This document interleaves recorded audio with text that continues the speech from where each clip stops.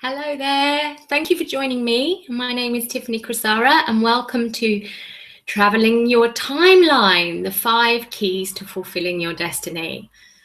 I'm really excited about sharing this webinar with you. I have had a time where I've been feeling a bit out of alignment and some really interesting things happened. And I wish to share them with you. It's just things that helped me to see the bigger picture and be able to focus on what is really important in life. And, you know, so often we forget that, don't we? Because we get caught up in the struggles and the strains and the pressures of everyday living. So thank you, as I said, for joining me live. That's even better because if you manage to get your workbook, I'm so sorry for the link that didn't work, but I sent out another email about an hour ago and hopefully you've been able to download it from the link there. So if you have your workbook, great. If you don't, then don't worry about it. But if you can just get yourself a pen and paper, or if you have to use technology, I mean, we are using it anyway, aren't we? No escaping it, really. It's fabulous and personal blessing, as most things are. So we're going to look at how we can turn our curses into our blessings, which is something that I am really quite passionate about. Okay, so we aren't going to start the webinar in the usual way where I introduce myself and what I'm all about and you introduce yourselves and what you are all about and where you are from. We're just going to discover where, you know, as we go along, we're going to discover ourselves more and more, which is going to be great. And we're going to also discover each other more and more. But what I would like to know is whether you can hear me okay. So if you could just put it in the chat box, that would be, you know, whether you can hear me or not, that would be absolutely fantastic.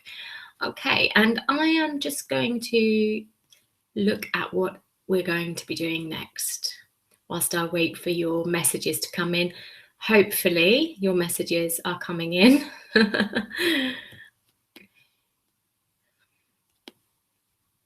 Sometimes there's a little bit of a delay and you just never know with technology. You just kind of log on and hope for the best, do your best and hope for the best. So I'm not seeing any messages from anyone yet.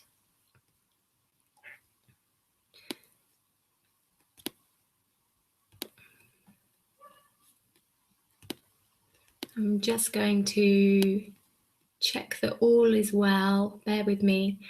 Thank you very much, Jean and Johnny. Lovely to see you here joining me this afternoon.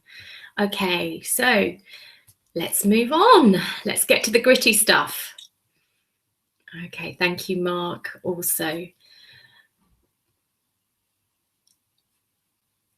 So what I'm going to do now is I'm going to start screen. Let me get my teeth in. I'm going to start screen sharing.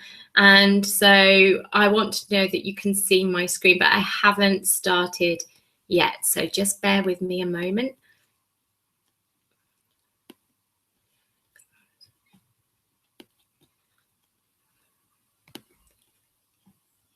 Okay, so hopefully you can see. Thank you, Monica, for saying the connection is great. That's very reassuring. It's not great in my office where I need it to be great, by the way. I've had to take the family sitting room, but at least it's great down here. Okay, so hopefully you can see this, guys. I am just going to press escape because I just don't know whether you can see that before I go completely full screen. Maybe I can just do it this way so I can still see the comment box for you.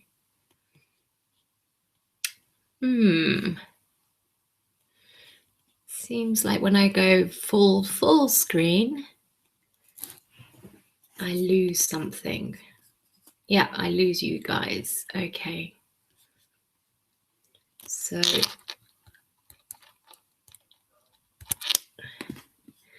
think I'm just going to have to do it like this. I hope that's okay. I hope you can see it all okay and it's not too small for you. I'll try and make it as big as I possibly can. Okay. So basically, welcome to the Traveling Your Timeline, which is the 5 keys to fulfilling your destiny. So if you feel like you aren't honoring yourself in the external world, e.g., you aren't showing up as you in your work or relationships, and that's really hard to do, isn't it? Even when you're in work, sometimes as yourself, that you are doing what you want to be doing, even that is difficult. Or that you're in the relationship that you want to be in, especially relationships, because we have that needing to take somebody else into consideration, which may suppress who we are. So again, I know I've been having quite a full-on intense journey on both of those levels lately. And as they say, you actually teach what it is that you need to know yourself. So it's just really nice to connect with you guys here today. And we'll all be sharing as we go along and hopefully helping each other. Okay, so if you feel like you aren't even sure who you are, you just know who you aren't, maybe you find it hard to see yourself because there isn't a place for you in society. So that's that kind of like, where do I fit? Like if anybody's seen the film Divergent, for instance, where there's only 4 categories that you can fit in and she doesn't fit in any, then what happens to you? And how can you cope with that feeling of having such a different identity that actually, your survival is under threat somehow?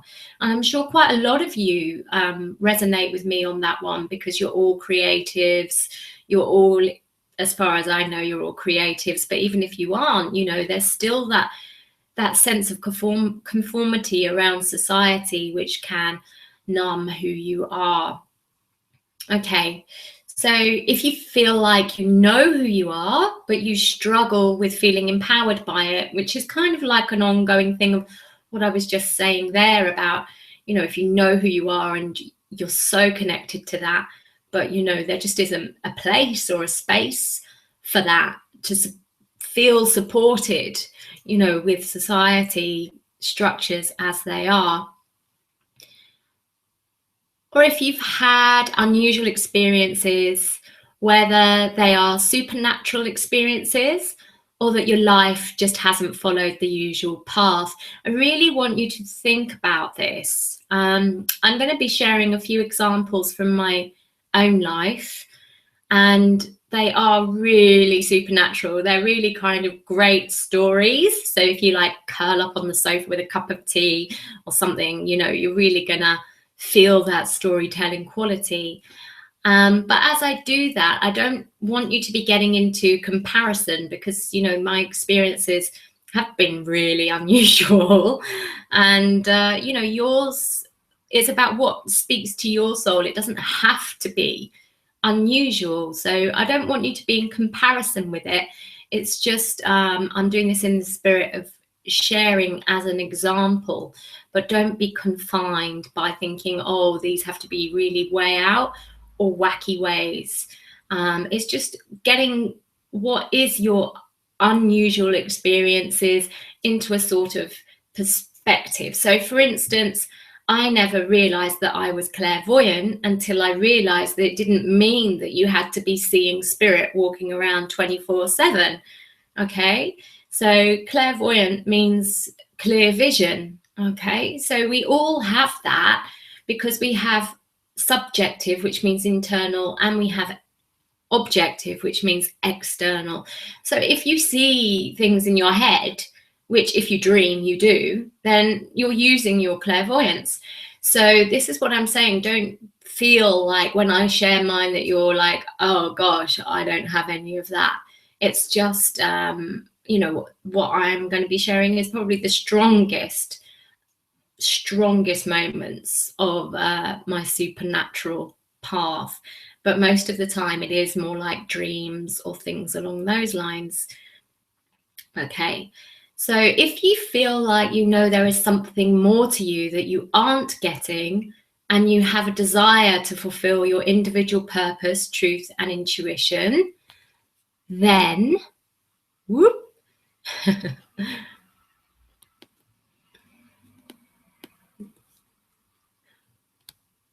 What did you do as a child that made the hours pass like minutes? Now, if you have your workbook, you can probably start to fill in the blanks. And therein lies the keys to your earthly pursuits, Carl Gustav Jung. Okay, so it says here, please grab a notebook and a pen, virtual or otherwise, and take a moment to jot down everything that you loved doing when you were young, when you were a child.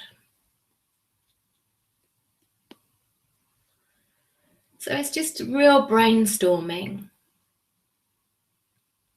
Probably don't have to brainstorm that hard, because if you really loved it, just pop up in your head quite easily.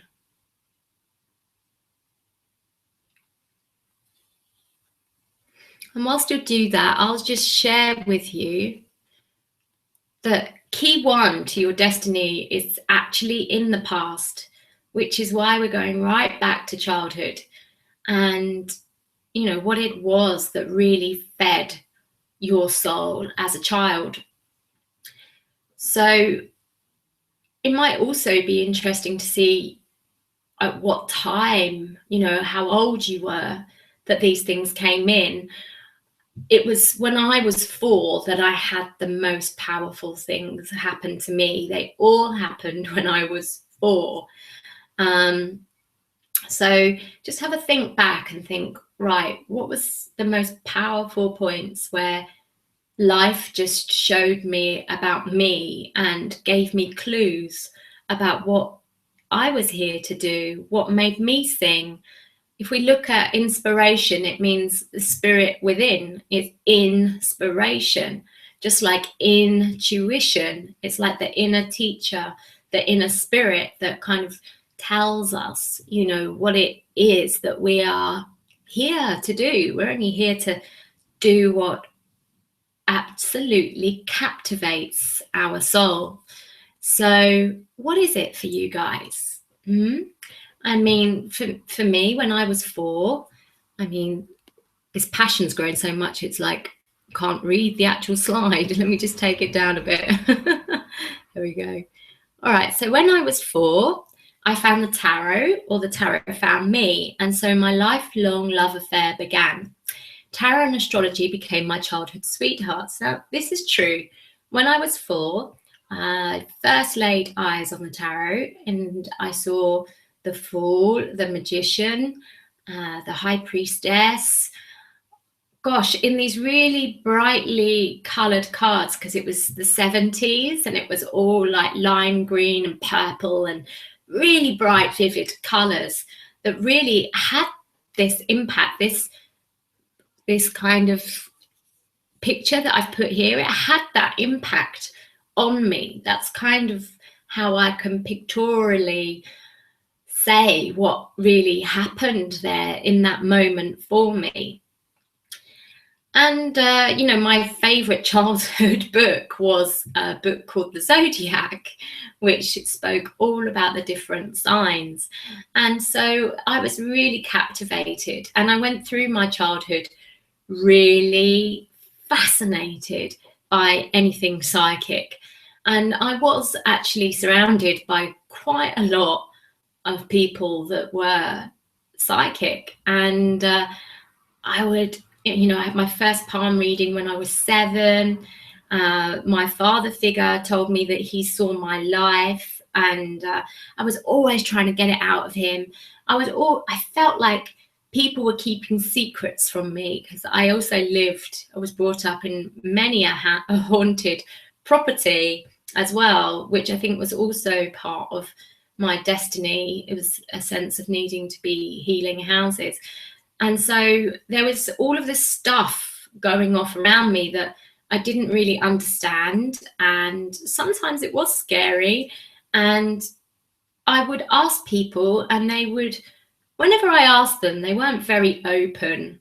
But then when I wouldn't ask them, sometimes they'd talk about it. And it was quite frustrating because it was so evident. It was all around my life, but I wasn't really able to pin someone down and say, teach me about this, tell me about this. I just really had this huge, overwhelming desire and passion to know. And of course, when you go to school, you don't really take GCSEs in psychic development. So it would be like, well, what do you want to be when you grow up? And I'd be like a fashion designer or something like that. But really, deep down inside of me, what I wanted to be was a psychic. So, actually, I've managed to do what Carl Gustav Jung said about what is it as a child that made your heart kind of come alive and make the hours pass like minutes. Okay, so the next one. So as I said, when I was 4, 3 things happened to me. So the second one was known as ESP, maybe, or telepathy, maybe, or the scientists call it inherited memory, which is when you inherit a memory from your ancestral line. It's not actually yours, although that's quite interesting as well, because I kind of believe sometimes, or a lot of the time, that we tend to kind of reincarnate down that line as well. So it's like quite a blurred line. But yeah, for the sake of trying to make it black and white, inherited memory is the other thing. So you may see here, it says, as soon as I started school, I painted a picture that was a replica of one my mum had done at my age that won an art competition. I had never seen it. And that is totally and utterly true. And my mum went completely white when she saw it. My teacher put it up on the wall and said, oh, you must come and see Tiffany's painting. It was so great. I've put it up on the wall. And it was really individualized as well. It was like a half green, half pink sun and yellow embers in the sky and a tiger with long floppy rabbit ears in a pond and a snake wrapped around a palm tree, and just quite wacky, trippy stuff, And so, my mum really did feel like she was having a bit of a trip when she saw that. And the teacher said, whatever's the matter? You've gone really white. And she said, I did the same picture when I was 4. It won an art competition. So yeah, that was the second thing that happened to me when I was 4. And the third thing is really quite hard to believe. So yeah, it's quite strong for me to be able to share this with you, and I am somebody that believes in being truthful to who you are, obviously, otherwise I wouldn't be doing this webinar with you. So I'm really going to put my money where my mouth is and really let you know what happened. So we were staying, that's me and my mother, we were staying with someone at the time in this big old house, really, really old house, massive as well. It had like, a lake and woods and a house in the gardens, in the grounds for what would have been the gardener back in the old days. And it was a beautiful house downstairs. It felt really enchanted with lots of bluebells and snowdrops. And then when we went upstairs, or when I went upstairs to bed, it completely changed. All I remember was like a dark attic. And when I went there, I felt like I was being shut away and like I wasn't allowed to kind of come out. And I was miles away from anywhere. That's what I remember feeling like. And I hated this room.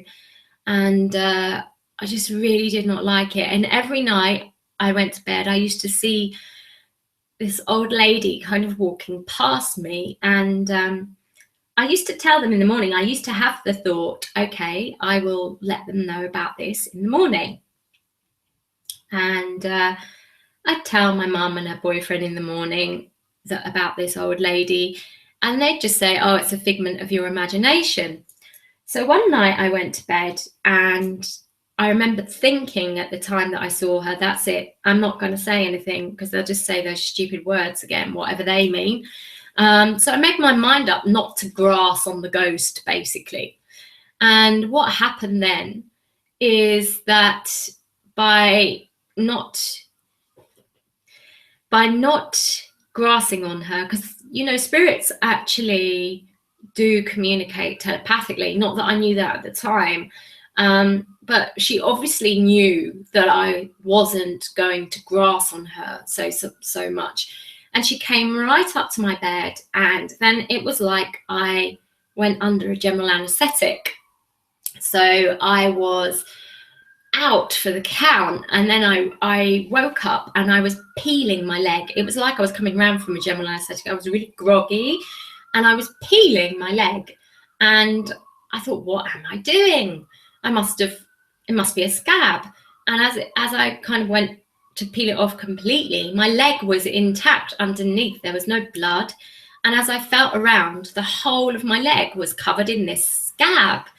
And actually, as I moved my arm up and down, it was creaking, and I realized that that was also covered in it. And in fact, the whole of the inside of my bed and the outside of my bed, and me, apart from my wrist down, my ankle down, and my head upwards, was covered in this hard, thick, flaky shell. So I screamed a heck of a lot, and eventually my mum came in, and basically she gave me a bath, changed my bed sheets, put me back to bed again, and that was that.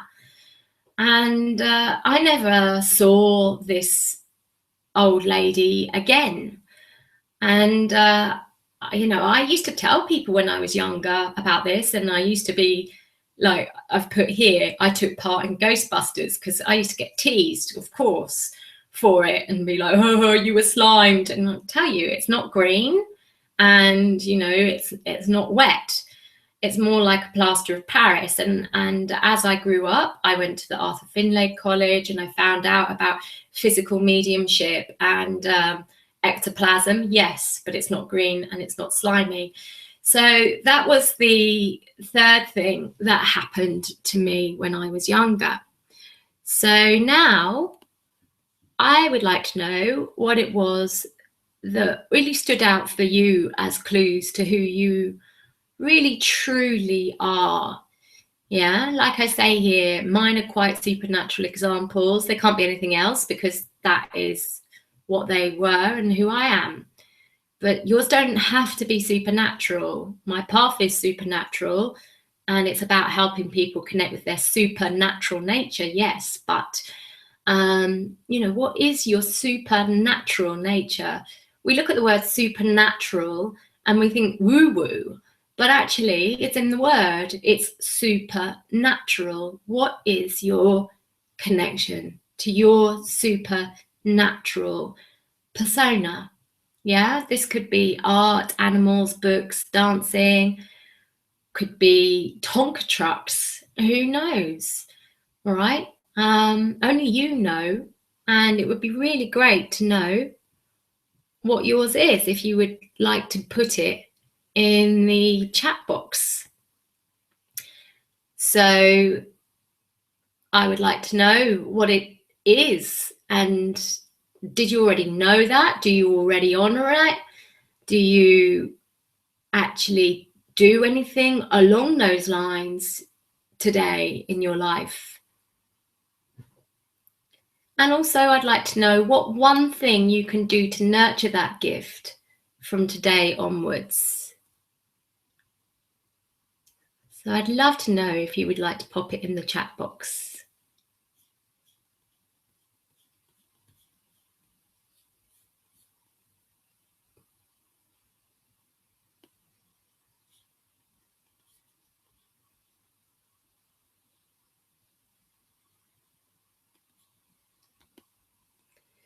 Sorry, I'm just trying to see the chat box to see if there's anything coming in.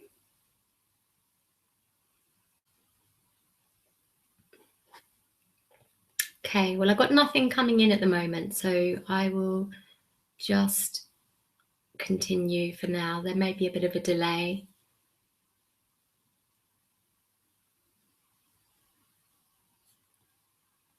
Or maybe you're just all feeling really private. So we'll just move on for now. So key two is in the present. I love this quote. And the day came when the risk to remain tight in a bud was more painful than the risk it took to blossom. I love that. So, where are you now? What is so painful in your life that you are in this place of feeling like, okay, that I need to actually grow? And yes, there's going to be growing pains to this, but I really, really need to grow. And I'm making the decision now that I need to nurture that growth because it's just too painful to stay where you are. A little moment to think about what that might be because it will feed into the next part. So someone is sharing that they're hearing the stories of the Musketeers and hearing the message by Grandmaster Flash. Okay. So I'd love to know what that means for you. Thank you for sharing that.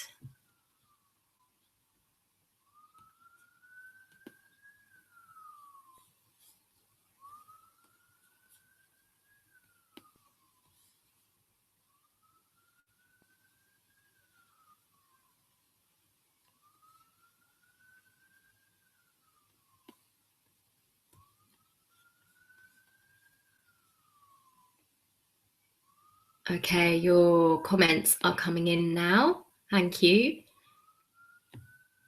So, Johnny, you were the one that was saying you're hearing the message by Grandmaster Flash. And that's quite interesting. Because I think that probably ties into what you do these days. Jackie says, I used to love fixing things and investigating how things worked. When playing, it was all about helping or saving others. I'm now working as a lawyer, but building businesses and fixing systems. Okay, great. So it sounds like, you've really found a way to channel that energy in alignment with your career, Jackie. So well done. Gina said, I am a nature and communication girl. I uncover hidden things and clairaudient, can see cancer on people, and am always seeing and hearing what others don't want to share. I'm supporting this by having a vocation to uplift, support, and encourage others. Fantastic. So somebody else, in terms of Eugene, also in alignment there with what you're doing. There is another message that is come in, but I can't see it at the moment because it gets stuck at the top. So yeah, just if you can see that there is a message and I haven't read it, please bear with me because when it gets bumped down by somebody else's message, I'll be able to see it and read it. Okay, or you can always put ...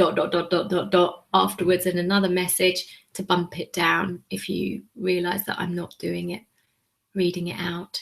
Okay, so hopefully you've got a goal now because we've just looked at what it is that's painful for you, that is so painful that you're ready to grow.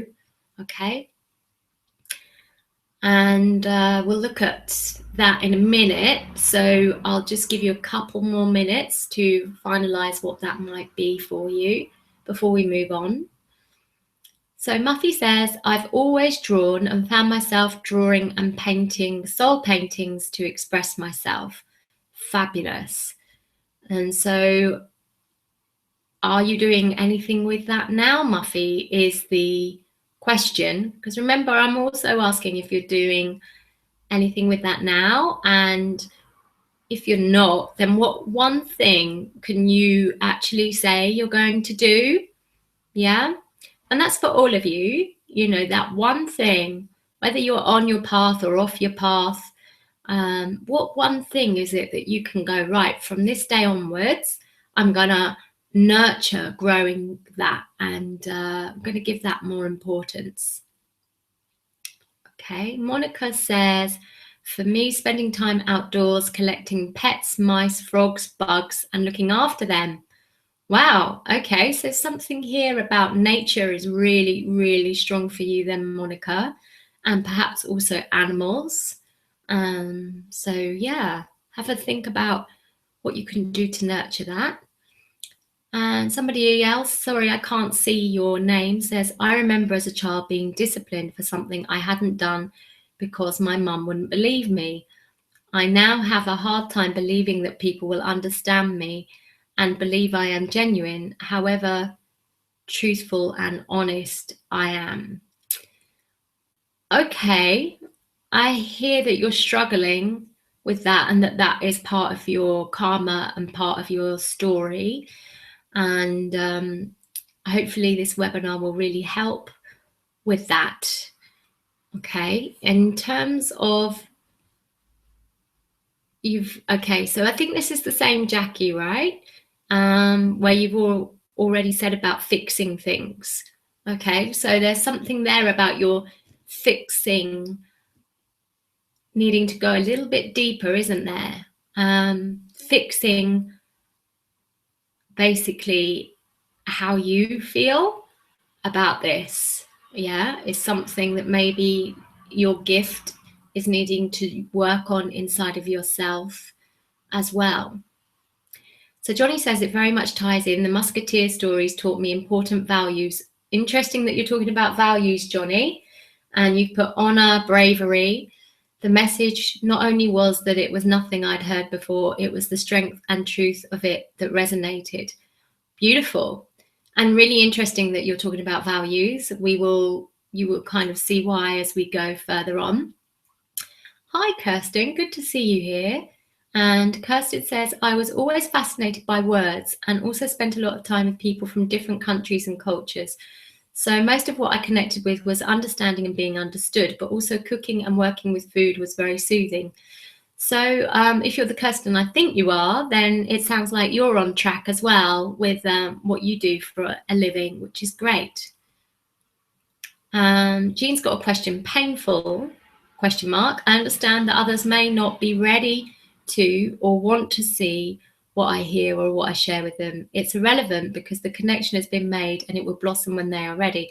I trust that all is and will be well, that everything is easy and that everything comes in divine timing.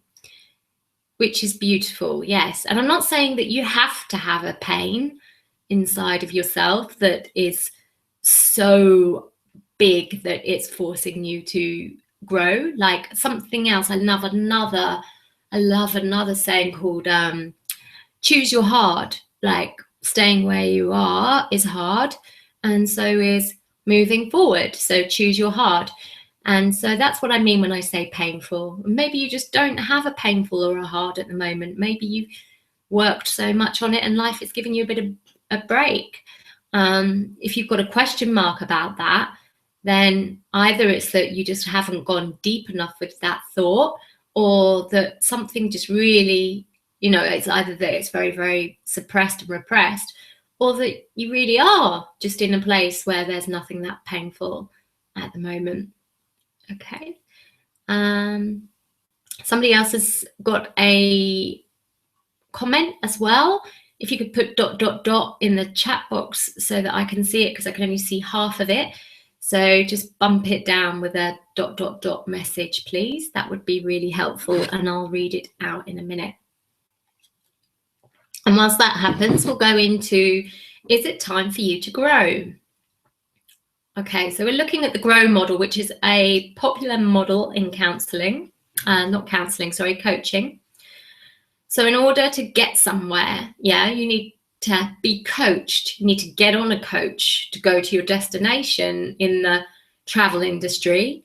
And it's the same here, all right? So we're looking at a goal. Yeah, you must get clear on what your goal is.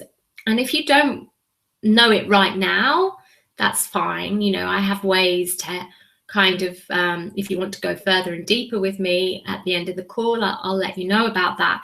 I have ways to kind of get that clarified with you. And I really do, by the way. So if you're really struggling with what that is, then please do kind of follow me up afterwards in the way that I will show you how to.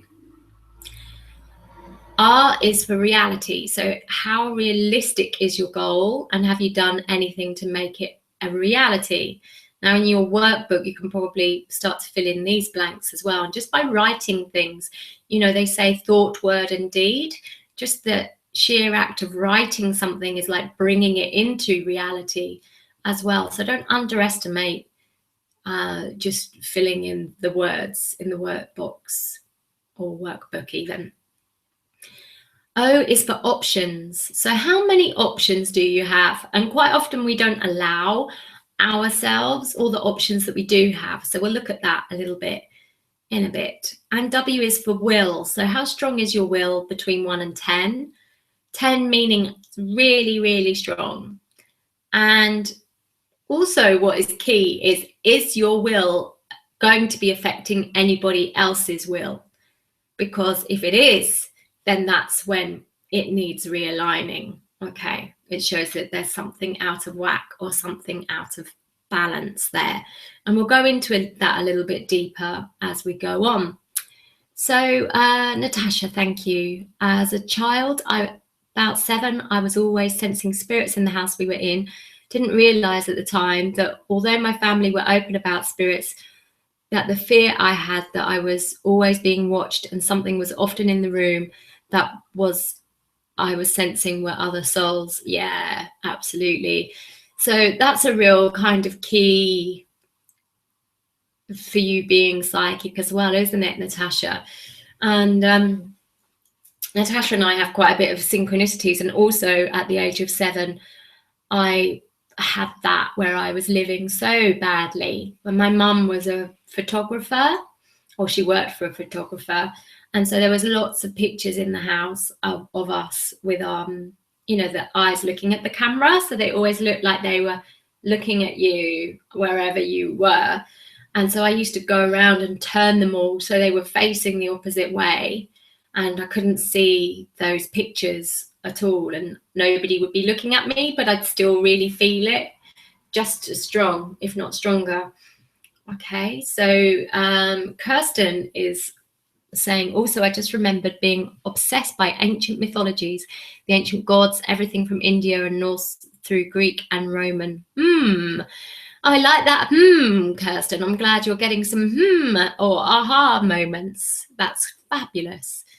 Okay, so let's move on, because we're going to do an exercise now. So let's get growing now. So G is for goal. So if you know your goal, then jot it down. And if you really can't get a really like, aha, yeah, this is so clear, this is my total absolute goal, don't worry about it. Just experiment for the sake of this exercise. So you go through the steps and you know how to do it when you do have it. Yeah, so you just maybe pick an activity that you named earlier, you know, or that one thing that we said that you would commit to after this call to give more time to grow yourself.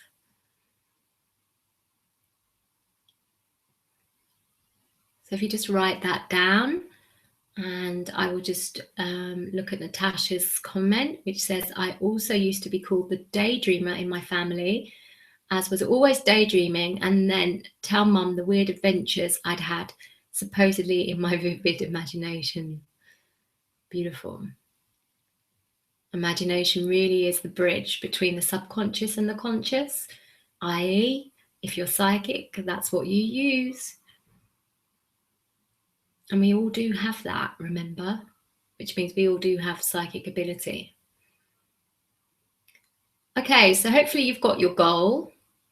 So R is for reality. So how really realistic is your goal? And have you done anything to make it a reality? Just have a little jot down in your workbook or notebook if you don't have that, or virtual notebook. And remember, it's important to really write those down because we're doing thought, word, and deed. And that's how we bring things into reality.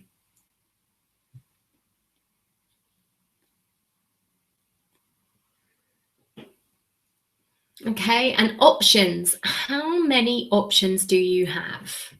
Okay, I don't know if I'm going to give you 5 minutes, but I'm going to give you a few minutes, okay, to brainstorm as many options as possible. It doesn't matter how nuts some might seem, just get it out there. It's really important for you to basically, because it's quite interesting that when I ask people what it is that they want to do, they often tell me what they don't want to do, or they tell me what they do want to do, but they tell me why they can't do it, okay? And this is just a space to completely reverse that and just let down the boundaries completely and just completely kind of get into the bigger picture of your mind. Yeah, because it's only our own limitations that actually limit us. So please do just take a few minutes now. In fact, I'm going to set a goal. I'm going to set a goal to see who can have the most harebrained, like out there, crazy option. All right. And I would like you to share that with me in the chat box when you have done it. And I am just going to be quiet now until I see that in the chat box.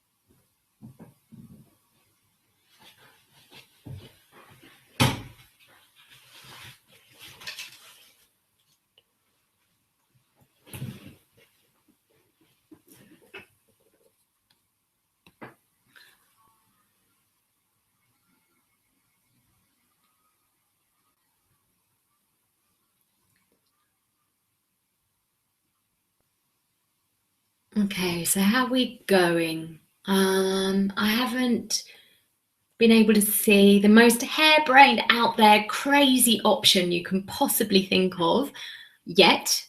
I am seeing some comments, so I will just catch up on those and hopefully I'll get to see your most crazy way out there option you can possibly think of to make your goal a reality. Okay, so Monica says her pain is not finding her place under the sun. I just accepted myself being perfectionist and I am a nurse. The goal for me is to find where and what specific specialism to adopt to continue the work of caring for people. Okay. I'm just rereading that to try and take that in a bit more, Monica.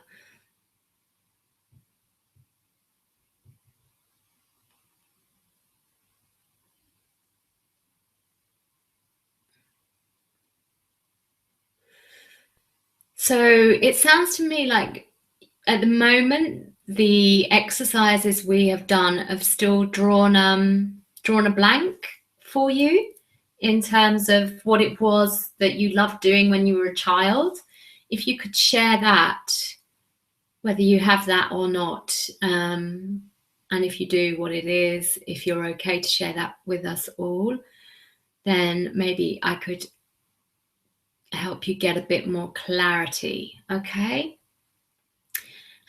Johnny says, wow, nice to know that regarding imagination. I mean, amazing. Okay, yeah, imagination is amazing. Like the dictionary gives it more credence than we do. It says that it's the bridge or the filter from the subconscious to the conscious, and nothing exists without imagination. And it didn't. None of this would, this webinar wouldn't exist, would it, if it hadn't have been imagined first?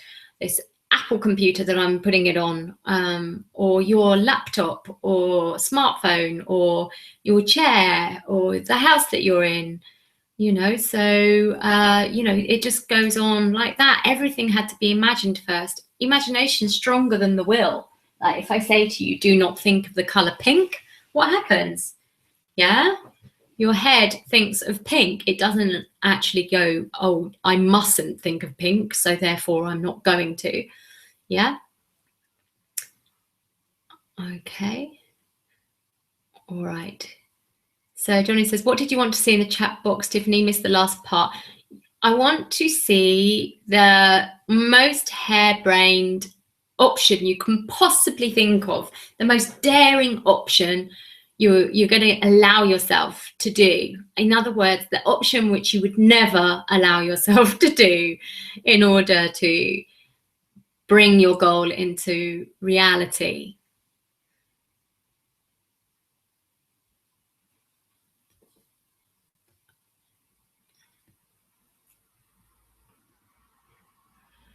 Okay, so there's a lot of options here that are talking about stopping and letting go. They're very, very internal options, aren't they? They're all like feeling instead of rushing. And the goal is to believe in myself more as well. Been working on mindsets. Option. I've been toying with the idea of doing a hypnosis session to see where I go next. Okay. So great, Jackie. It sounds like you're getting like some kind of concrete way forward in terms of your options. Okay. It's interesting with options, isn't it? Because, those options could be internal and they could be external as well, An option is a way of being, or an option is something that you're going to do. And it's a tricky balance, isn't it? Because I was reading this book the other day, Success Intelligence, which I love, by Robert Holden. And in it, he says, because he was very, very, very successful guy who basically by mid-20s had loads of books out and was like, oh, just mega, mega successful. Anyway, when he got together with his wife, and things moved very, very quickly. They'd only been together a couple of months before New Year. And they decided, he said to her that he spent New Year looking back over the past year and making goals and plans for the coming year. And she was like, okay, I'm up for that. And then when they actually compared their plans, hers was like hardly any. And he'd basically booked himself solid. And she said, you're freaking me out. And he said, why? And she said, you've basically booked yourself for every single day for the next 5 years. how can God do anything with your schedule? And it's very, very true, isn't it? Now, my path is going more down the coaching route, which is all about planning, goal setting, and accountability, and what you're going to do to make that happen. Yeah, I've just written a book that is called The Transformational Truth of You, and is all about that divine co-creational aspect with the universe, and that actually what we think, what our goals are, as I said earlier, don't actually come from us. They are actually inspiration, spirit within, or intuition that has appeared within. So, you know, it is really important to actually allow that space, that internal space, but it's also important to be able to act on it. The problem comes when we get tied to our actions producing a certain thing in a certain time. We obviously need that framework, because it sounds like I'm contradicting myself with where I'm coming from. We do need that framework. We do need a goal, but we also need the space for the universe to flow and actually allow it to grow in the way that it wants to grow. Like when we grow a plant, we can't like say we want it exactly to be like the way we want it to be. It's the same kind of thing. So when I say options, great, that I'm hearing a way of being, but I'm also wanting a way of doing. Yeah, it's also what are you going to do that you probably wouldn't ever allow yourself to do? And I'm not saying that you have to commit to that. I'm just asking you to think, you know, to entertain the thought, not necessarily commit to that action. It's more an exercise in growing your mind right now. Okay.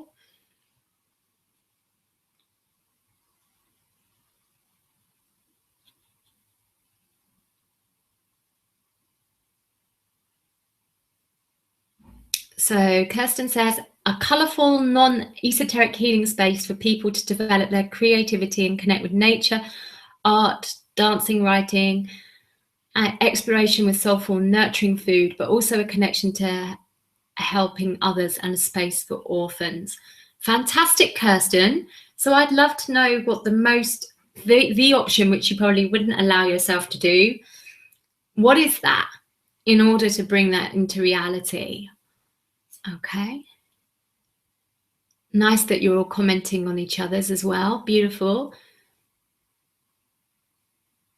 Okay, so Johnny's saying he doesn't know. He thinks he's already executed a goal, made the time and found the resources to make his album rather than work on someone else's. Well done. Collaborated with the wonderful, talented people you know. Excellent. Which the universe has brought to you over the last 10 years. Fantastic, Johnny. And this, of course, was prompted by 2 similar encounters with Walter Lubeck and, of course, yourself. Both these really put me on the path. Well, that's fantastic. So then what's the next step for you? Yeah, that's the question I have to ask for you. What's the next step to honour that arrival that you're at now? This one has a question mark, so I'm not going to say their name. And it says, I've been challenged to do half a marathon and have 6 months to achieve it. I have an I can achieve anything attitude through the right side of my brain, has issues with surgery. Logically, I can achieve this. The reality is my biggest challenge. Okay. I'm just going to read that again in my own time, just to really get my head around it.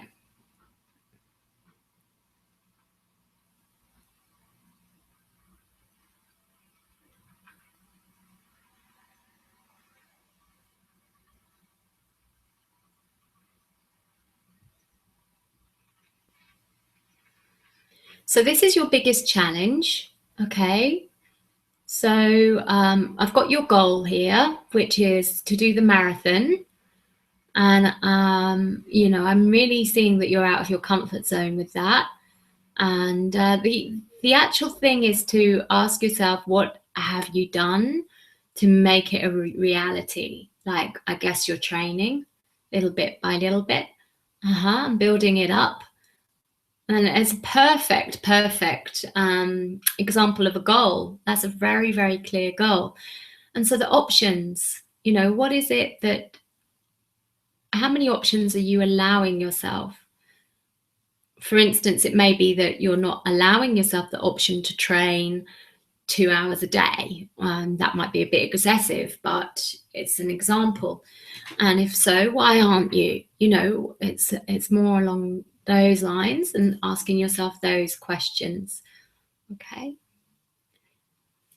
So Monica says, when I was little, I used to play with my toys, performing injections and talking about feelings. And I most liked to play outside after the rain with a stick in the mud. But also I used to play hide and seek with all the kids around the area. Okay. So it sounds like there's a real kind of maybe shamanistic energy to you, Monica, or like a healing energy. And, the thing with drawing with a stick in the mud and playing hide and seek, that just smacks to me of like a shamanistic spirit inside of you. So goals, yes, with that goals and realities and options. Okay, so Kirsten is saying that her biggest out there option is to sell everything again, put a pack on her back and take off with her cards and Reiki and coaching skills and a notebook and see where it all takes her. Wow. Okay. Now that is fantastically liberating option there, isn't it? And we're just wondering, how is that actually going to be going towards you having a center? And, just because I can't see how it isn't going to manifesting your center doesn't mean that it won't, if that's what your intuition is telling you to do in order to get there. Again, it's the intuitive and the practical goals, isn't it? So it's not like a goal that I'm hearing here, which is like, I could sell everything and put that money into some type of renting somewhere and start small and build it up. So, what I'm seeing you saying is something that's incredibly freeing. And it's like it would be putting all caution to the wind, like the Fool of the Tarot, and just seeing what manifests. And it may well be the way, but of course, sometimes there's also this other way of what are we actually doing that is in alignment with where we are going, which is important to think about. Okay, so I'm not going after Johnny's one. I'm not going to read any more out so that we can get on with the rest of the webinar. So thank you very much for being interactive. But again, we're all coming back to balance, right? So Natasha says, fully believe that the goals I feel may be too hard to achieve can happen. I want to open a property to provide a holistic respite place for palliative patients with their families, with everything from care, health, food, meditation support to prepare from crossing over in a quiet place in nature. Okay, so what I'm hearing here is that the option side and the will, which is what I want to move on next. W is for will. How strong is your will between 1 and 10 to committing to this goal? 10 being maximum. Yeah. It's a little low there. Yeah. I mean, why wouldn't it happen? Maybe just brainstorm all the reasons why it wouldn't happen. Look at them and you'll start to see that it's probably just false expectations appearing real, which is fear. And you'll be looking at it in the face. And when you do that, quite often people laugh. That's what happens a lot on my coaching calls. People are like, oh my God, that is just so I can't believe I'm even thinking that. Okay, so just ask yourself, why? Why on earth would that not happen? Yeah? Is there any reason why it wouldn't happen?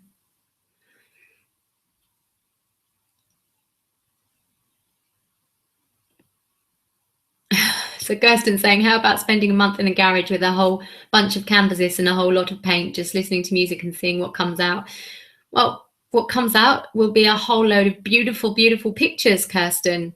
Yeah. And maybe you will have painted your vision. Yeah. And you will have done it all internally, that beautiful creative spirit and soul that you are, which has a lot of power and a lot of magic.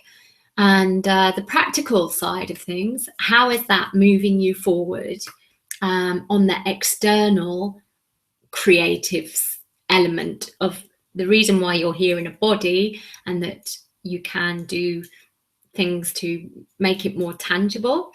So it's one step, yeah, but it's still lacking a bit on the practical A to B step to get you there. So as I said before, I'm not really going to be going through any more at the moment. So just have a thought about that and brainstorm in your workbook. Johnny says, currently trying to monetize, but rather than do meetings with small label, been dealing with majors, which when I think about it is well out there. None of them have laughed me out of the room, been treated with a lot of respect and kudos, which has been pleasant and reassuring.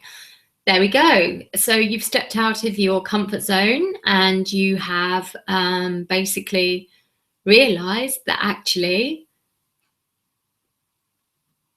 you know, when we step out of our comfort zone, we might be laughed out of the room.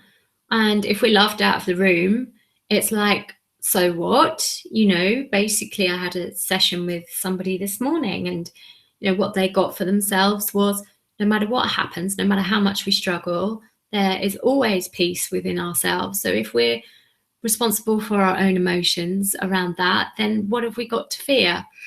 And so you happen to step out there, Johnny, and see that actually it was your mind that was keeping you limited or small. And by giving yourself the permission to take it out of your comfort zone, you actually got pleasantly surprised. Fantastic example. Thank you. Okay, so let's move on. So one last key in the present is permission, not from anyone else, but from you. How much permission are you giving yourself to do this? Mark it down from 1 to 10. Yeah, so just really think, oh yeah, okay, I'm not giving myself that much permission to do this, am I? I might be giving myself on a level of a 3 or a 4, or yeah, I'm giving myself total permission at a 10. If that's the case, are you really being honest with yourself? Feel into yourself. Is it more an 8 or a 9? And if it is, what can you do to give yourself more permission? It might just be talking like this, which is like, yeah, hang on a minute, I didn't realize that I'm actually not giving myself permission to do this. And maybe that's enough to make it a 10, or maybe there's something else that you need to do to make it a 10. All right, so now we're going to basically do the meditation. Now this meditation really, really helped me. And I just want to share it with you because it really helped me to remember what was important in my life, and that we can have these goals. But actually, this meditation showed me that actually maybe those goals aren't the right goals. This meditation actually showed me that actually it basically showed me the universe's picture more than my own picture. And the problem is when they clash, isn't it? And we try to force our picture on the universe's picture, because the universe's picture is so big and so large, our picture gets lost in it, and we can get so caught up in that tiny little picture. And so this is all about being able to kind of think bigger and really paint that beautiful big canvas on the sky. Yeah. Okay. So if you like to close your eyes, just put down whatever you're doing and just take a moment now for stillness inside of yourself.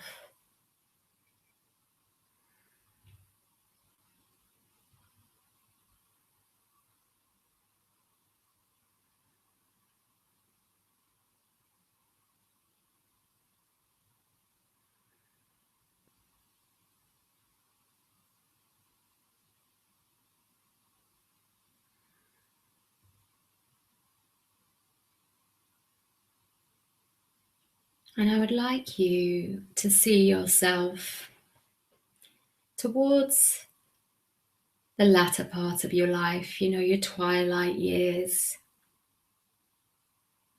Just see yourself, feel yourself. What is your personality like?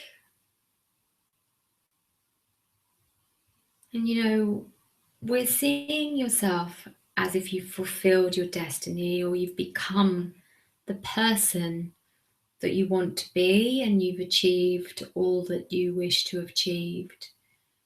So when I say to you, what is your personality like? Your personality that you're feeling or you're seeing is the one that feels right for you, like if you've actually managed to achieve all your emotional lessons. What do those qualities leave you with?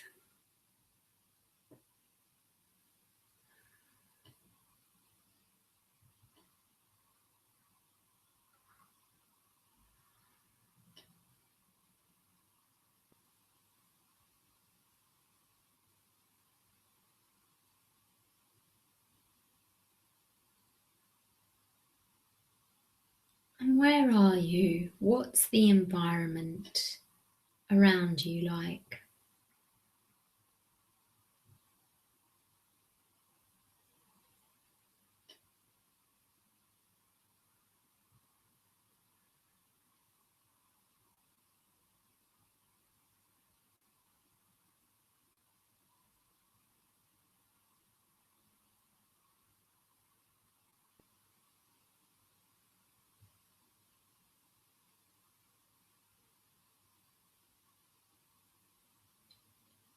And what is it that you have done with your life that's made you feel so satisfied?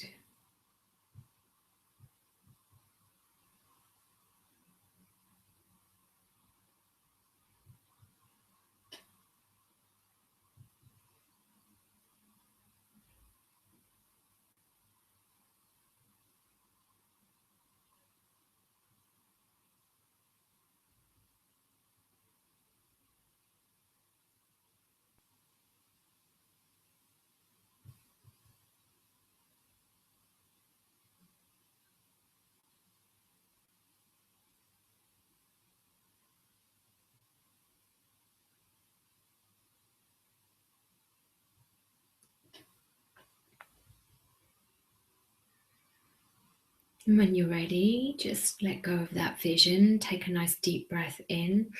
Have a little stretch. Squeeze your fists and screw your face up. Breathe in deeply and open your eyes.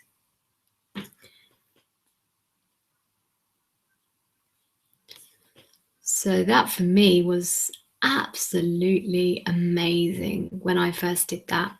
So does anybody want to share whether that brought them more clarity, or whether your goal was different, or it showed you that your goal is in alignment or it isn't in alignment?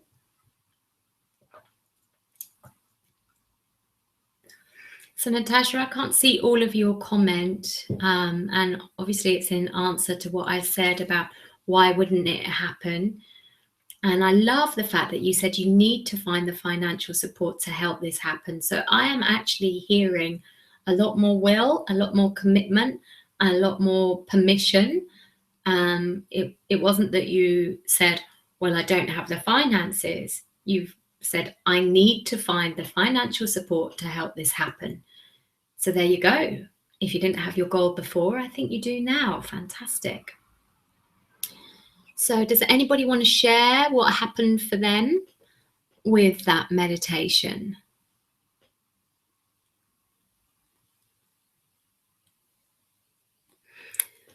So for me, when I did this meditation, because I'll just share that with you whilst I wait for your comments to come in, and if they don't, we'll just move into the next part. But for me, when this happened, my goal was to grow my online business. And actually, what happened for me was that I had, my goals were, right, do TV shows, online business, doing group programs. And what else were my goals before I did this? Have a big retreat somewhere for lots of people to come. And actually, what happened was that I was living in a house abroad still, but it wasn't really big enough to have a massive retreat. It was like there was a log cabin in the gardens, and like one person at a time would come when they were having a crisis, and they would work with me intensively every single day for however long it takes. Yeah. And my personality was really wise, really compassionate, really calm. And there was nothing about TV work or online programs or anything like that. I guess there was like online programs, but it wasn't like the be all and the end all. And it's interesting because the way my life has taken me recently is that it's really seems to be pulling me away from the online stuff and back to the face-to-face community connection. And it really felt like that was right, or that was true, and that was the thing to do, which has been the thing that I have been actually kind of shying away from, that deep commitment to one other person. And so I looked into that and I was like, well, what is it that actually keeps me shying away from that? And it was, oh my gosh, I don't actually believe that I'm capable to completely, totally and utterly hold the space for someone enough to be able to work that deep with them. And then I was like, okay, so what is it that I need to actually be able to be in that place with someone, to feel that? And what is it that I need to develop the personality that I was seeing, which was this really compassionate, strong, calm person? And it was all meditation. It's really important for you to do meditation, to learn meditation. So I'm going to learn TM tomorrow, Transcendental Meditation. And that was the one thing I decided to commit to from this meditation, which seemed to actually take me in a whole different direction. Okay.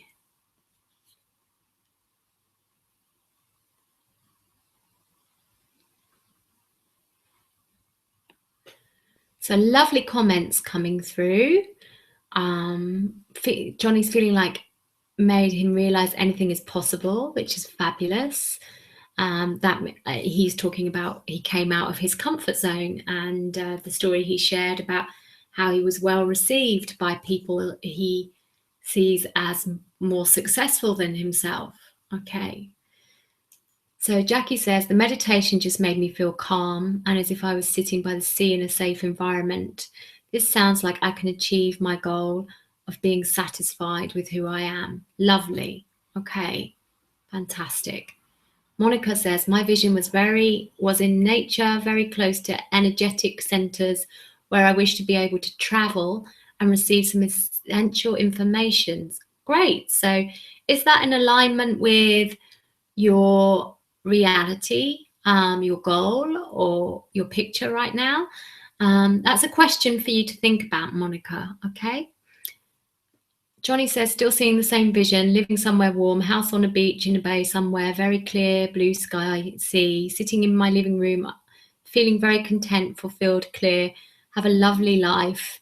Also get the feeling I have a family. Okay, beautiful. So again, what is it you can do to kind of bring that into reality? What one thing can you do to make a start on that and to set that into motion?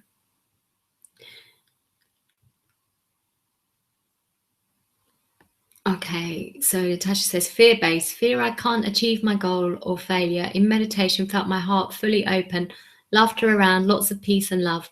I'd achieved my goal and families were able to spend quality time with each other, enjoying their time instead of focusing on the death to come. A beautiful place in nature. Okay, so it sounds like you're seeing that it's fear, false expectations appearing real that say you can't achieve your goal, and you could really see that you had achieved your goal.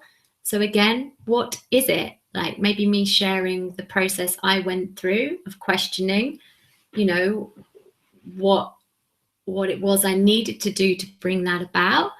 Maybe that will help you with one step forward that it's important to take after this webinar, to remember thought, word and deed. So you've been writing down things, and the next thing will be deed. Okay, so let's just move on now to the fourth key.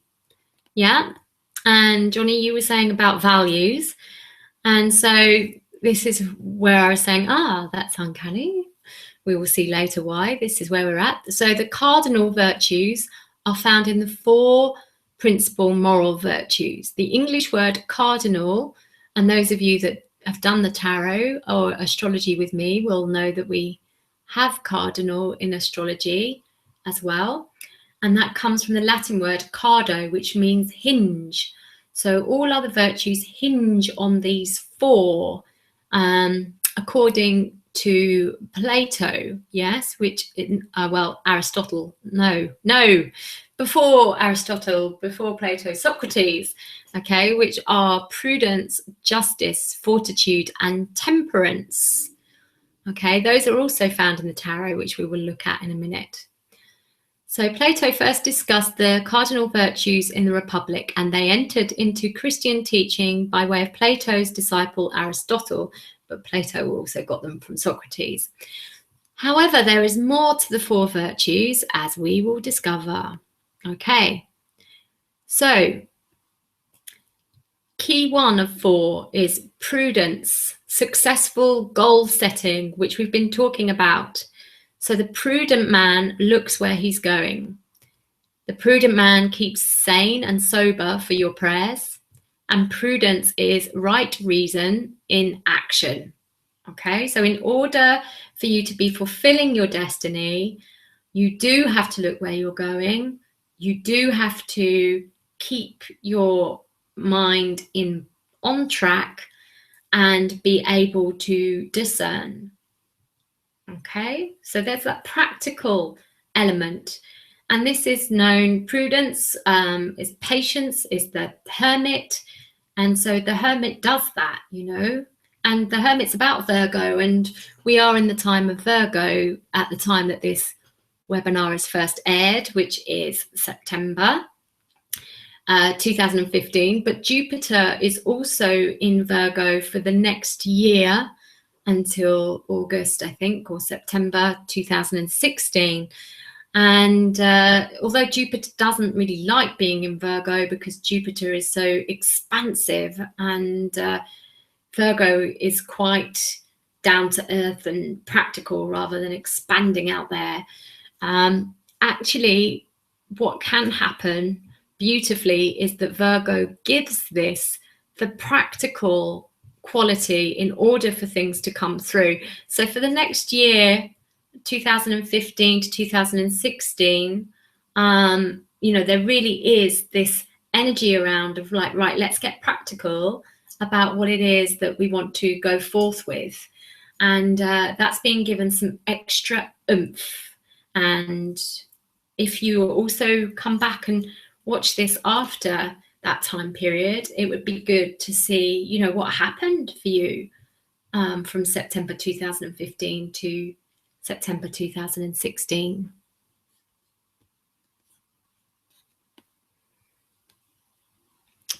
So key 2 is temperance. So I've said that temperance is reality, because in reality, we have to be in alignment in order to get where we are going.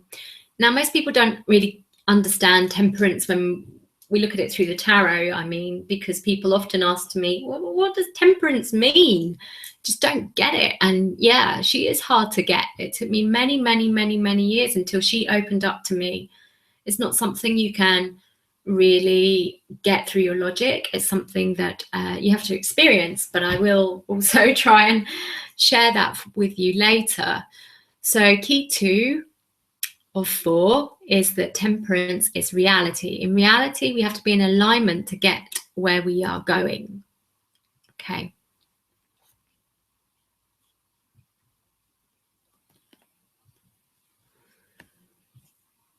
So key 3 of 4, fortitude, options. Fortitude is the moral virtue that ensures firmness in difficulties and constancy in the pursuit of the good. So what is it that's good to pursue, and how is it best pursued? And did the rocking chair exercise, the meditation we just did, where we saw ourselves at the end of our life, help you to see where your fortitude is best placed? Fortitude is the moral virtue that ensures firmness in difficulties and constancy in the pursuit of the good.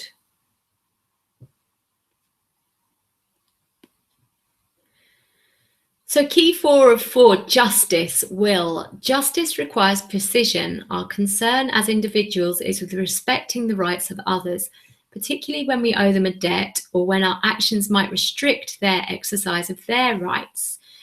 Earlier I said it's really important for you to be sure that your will isn't adversely affecting another's will, because if it is, then that karmic balance of the scales gets tipped, and that is never a good thing. So really do make sure that your will is very much in alignment for the highest good of all concerned.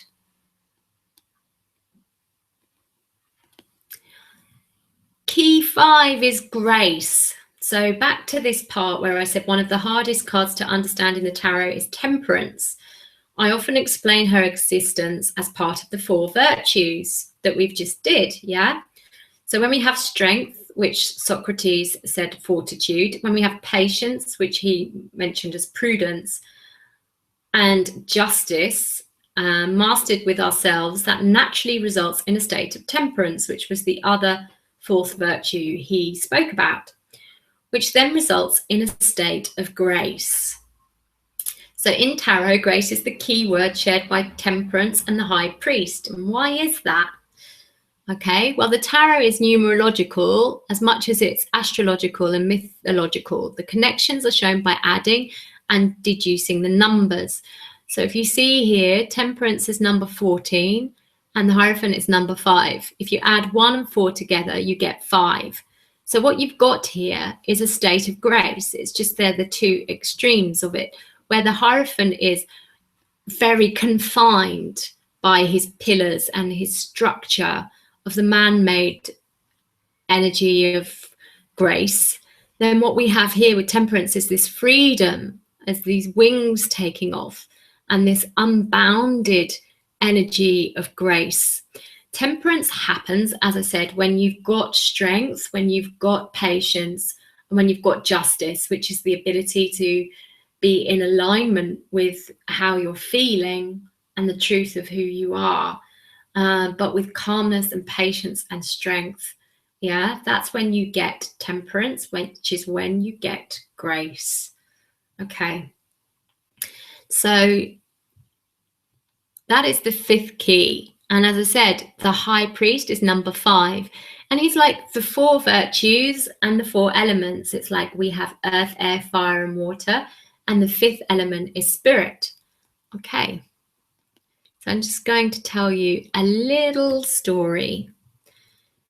So the other day I was walking down the road talking to my husband about how I was being inspired to create a webinar on this subject when someone passed us wearing a temperance t-shirt. It was then that I needed to do it, but I couldn't work out how to make it clear that the 4 virtues of strength, patience, justice, and temperance result in grace, which was the 5th key. So when I got to creating this part of the webinar, I got stuck. I switched off the computer and turned on the TV. And what happened to be on was a documentary about Socrates. And the line in particular, Socrates created the 5th virtue. The 5th virtue, I was so excited. I'd never heard of the 5th virtue. Obviously, it was one of those moments in my life where I was like, blimmin' heck, blimmin' Nora, the magic, the synchronicity.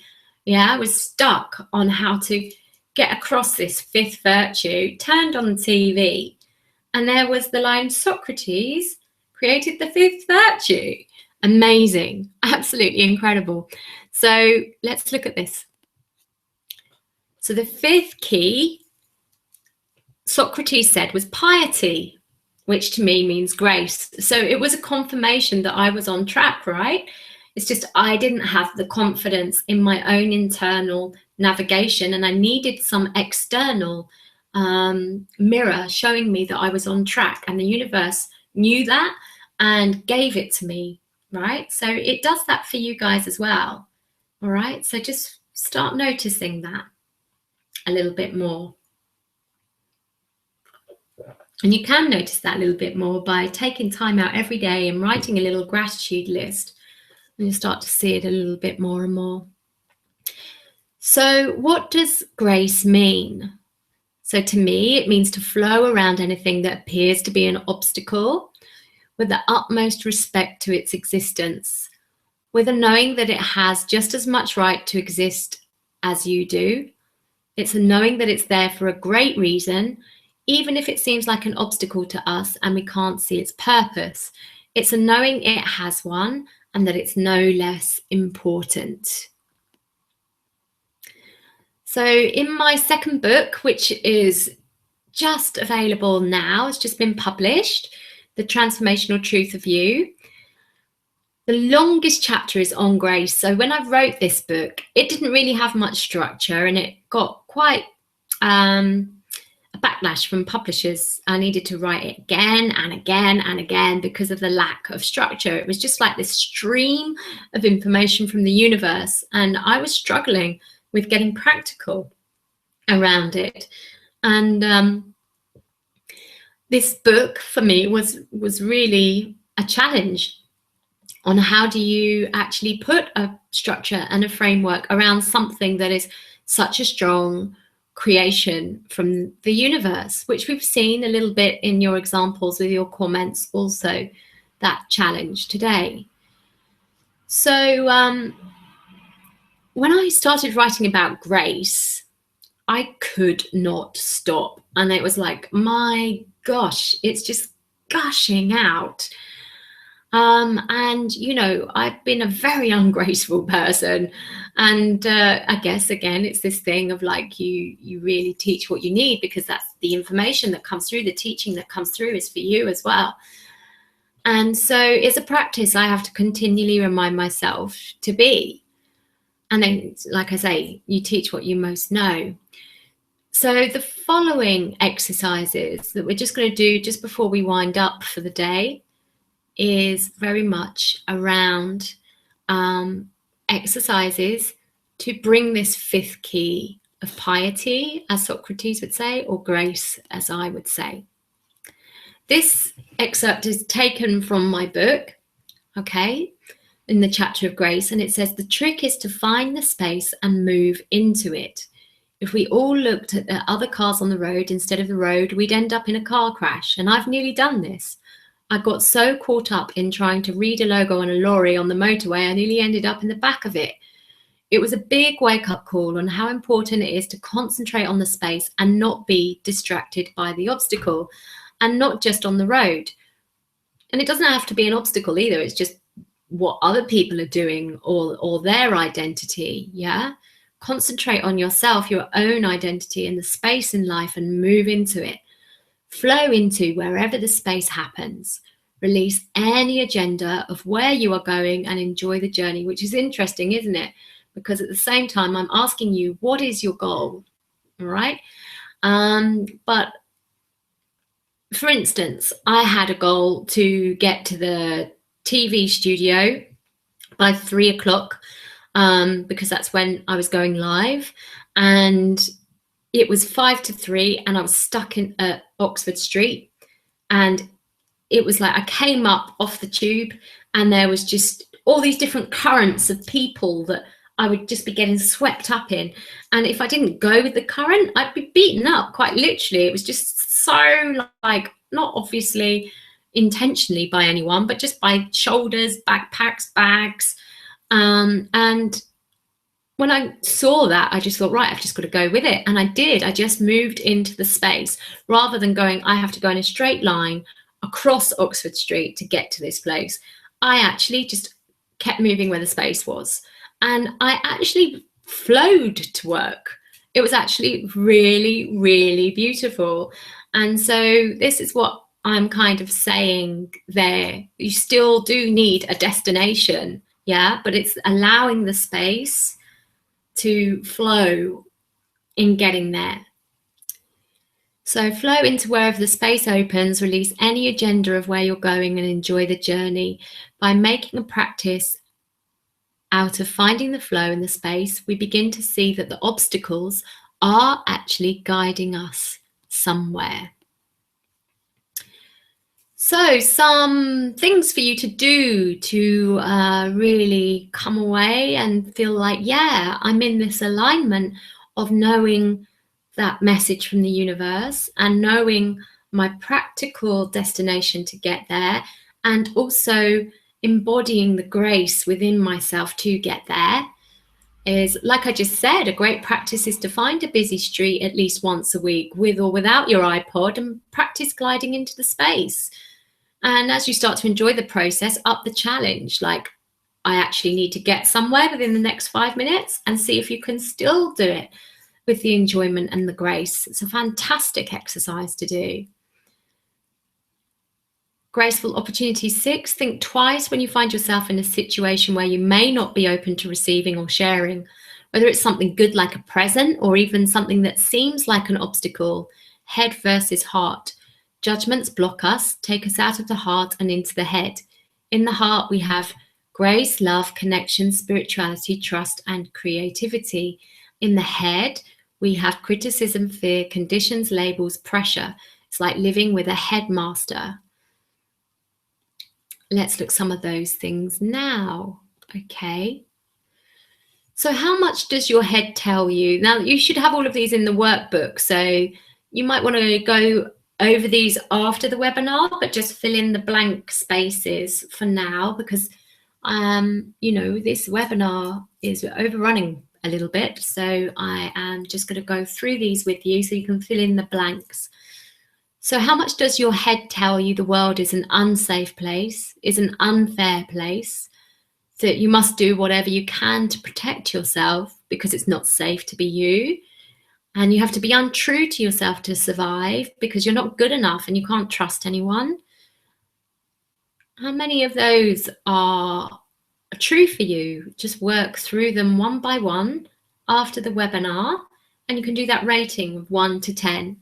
10 being, yeah, I really believe that. 1 being, no, I really don't believe that. And how much does your heart tell you that you are guided and all is well, and that all is at peace with your world, and that you feel the love and connectedness with all living things, and the happiness in your daily activities and connections, that you trust the perfection of the plan, and you celebrate your own and everyone else's amazingness, and you know that whatever happens with anyone is a sacred journey to honor? How much of that is true for you? Again, just take each one of those one by one after the webinar, or if you look on the replay, you can just pause it to do each one, and mark them out of 1 to 10. 10 being, I really believe that. 1 being, I don't really believe that. And when you have those clear kind of guidances of how much you believe or don't believe something, if it's a bit low, just say, what is it I need to do to up that to the next level? to up that belief, to support that belief to the next level. So yeah, we've just spoken about what to do after the webinar. So I'm just going to look at some comments, and I won't be doing any more comments after these. Okay. There is half a comment I can see. So if somebody could just put ... in the chat box just to bump it down, that would be fantastic. Kirsten says that the meditation confirms that I need a base in a community I will return to, in nature, close to water with a big kitchen. So it's okay because I already started looking for that, but it was being at the heart of a community. Fabulous, Kirsten. I'm so glad you got some clarification there. Natasha got herbs, garden, flower, garden, space to walk for time, alone, group areas for yoga, meditation, craft, play area, children, pets, providing comfort, palliative, clients looked after medically and spiritually. Fabulous. You've got a very clear vision there, Natasha. So remember not to do anything that takes you away from that. And that's the same for everyone. It's like every action takes you either towards this vision or away from it. And just to have that consciousness will really help grow it. Muffy says, I felt as though I'd helped many people to find love of life. I was in a cottage surrounded by nature, warm, comfortable. My home was a place where others could come to talk to me. Makes me feel so hopeful. Beautiful.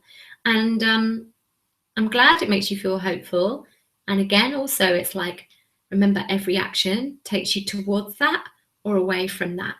And so what action is going to do what for you? Just to keep that consciousness around it on a day-to-day level will really help grow that into reality. Okay. Kirsten says, it's seminal to what you're saying about Virgo and Jupiter, as Jupiter is my planet, but all I have been working on this month is knuckling down and trimming. If you like being more disciplined, amazing what the energy dictates. Absolutely. And Natasha's saying, you know, Natasha, I love that you're like, I need the financial assistance, support and government medical support to allow it and help it work. Yes. So what one thing can you do to actually start making that happen?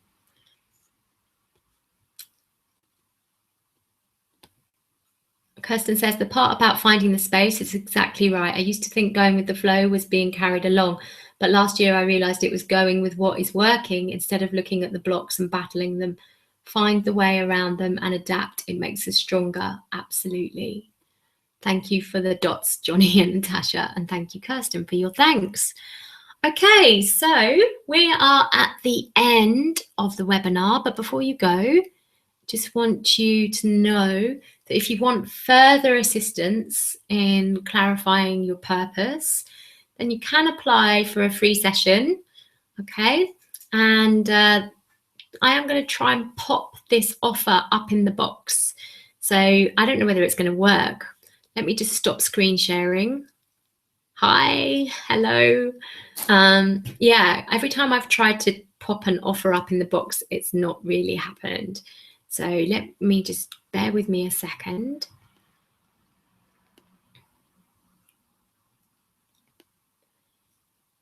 Okay, I don't know whether you can see this or not. Okay, but if you can't, you'll get an email through in a bit anyway where you can apply. But there is a button there if you do want to, if you can see the offer and it says apply here, that will take you straight there for the offer.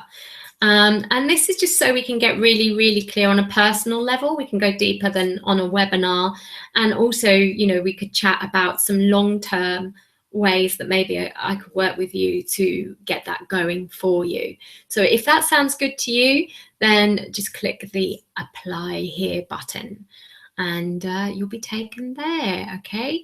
And it's better to do that now because, you know, I will be running it again, but not for the foreseeable future, not for a while. So this offer is just up for a couple of days. So it would be good to do it now if that's what you feel you need in order to get your goal up and running. If you would like some long-term assistance with me on doing that. Okay. Thank you very much for your time. Thank you very much for your participation. And I do hope that, it really helped you to get clear on your options, your reality, your permission levels, and how to actually bring something forward. Because in the spiritual world, we can be very much up there and really struggle with bringing things forward. We can feel like if we have too much of a will, then it's arrogance or ego.